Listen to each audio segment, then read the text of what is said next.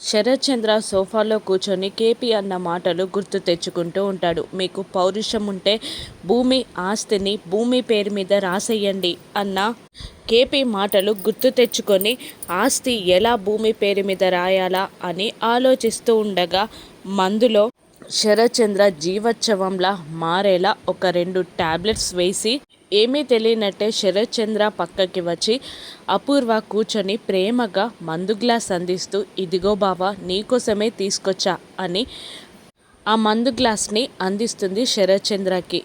శరత్ చంద్ర తాగబోతుండగా కోపంగా కన్నింగా ద్వేషంగా చూస్తూ ఉంటుంది అపూర్వ. అపూర్వ నిజస్వరూపం తెలియని శరత్ చంద్ర ఆ మందుని తాగబోతూ ఉంటాడు. తాగే చివరి క్షణంలో ఇంటి ముందు కార్ హార్న్ సౌండ్ వినబడుతుంది. అందరూ అటువైపుగా చూస్తారు. శరత్ చంద్ర ఆ గ్లాస్ని కింద పెట్టేస్తాడు. భూమి కేపీ పరుగున లోపలికి పరిగెత్తుకుంటూ వస్తారు. ఈ భూమి ఇప్పుడు ఎక్కడికెందుకు వచ్చింది అని శరత్ చంద్ర అంటుండగా అపూర్వ నక్షత్ర ఇద్దరు వెళ్ళి దాక్కుంటారు.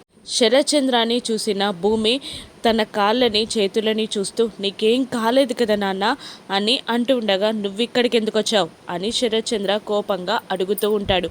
పిన్ని ఎక్కడా అని అడుగుతూ ఉంటుంది ఆ భూమి. అసలు నీకేం కావాలి అని శరత్ చంద్ర కోపంగా నిలదీస్తూ ఉండగా మీరు నా పేరు మీద ఆస్తి రాయకండి నాన్న, నా పేరు మీద మీరు ఆస్తి రాస్తే మీకు ప్రమాదం నాన్న అనగానే శరత్ చంద్ర చాటున విన్న అపూర్వ నక్షత్ర కూడా షాక్ అవుతారు. నాకు ప్రమాదమా, నాకు ప్రమాదం ఎవరి వల్ల అని శరత్ చంద్ర నిలదీస్తూ ఉంటాడు ఆ భూమిని. భూమి ఏమీ మాట్లాడకుండా సైలెంట్గా కన్నీళ్లు పెట్టుకుంటూ శరత్ చంద్రాన్ని చూస్తూ ఉండిపోతుంది.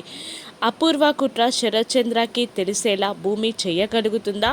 శరత్ చంద్రాన్ని భూమి కాపాడుకుంటుందా? భూమి పేరు మీద శరత్ చంద్ర ఆస్తి రాస్తాడా? రానున్న ఎపిసోడ్స్లో చూద్దాం. Thank you for watching.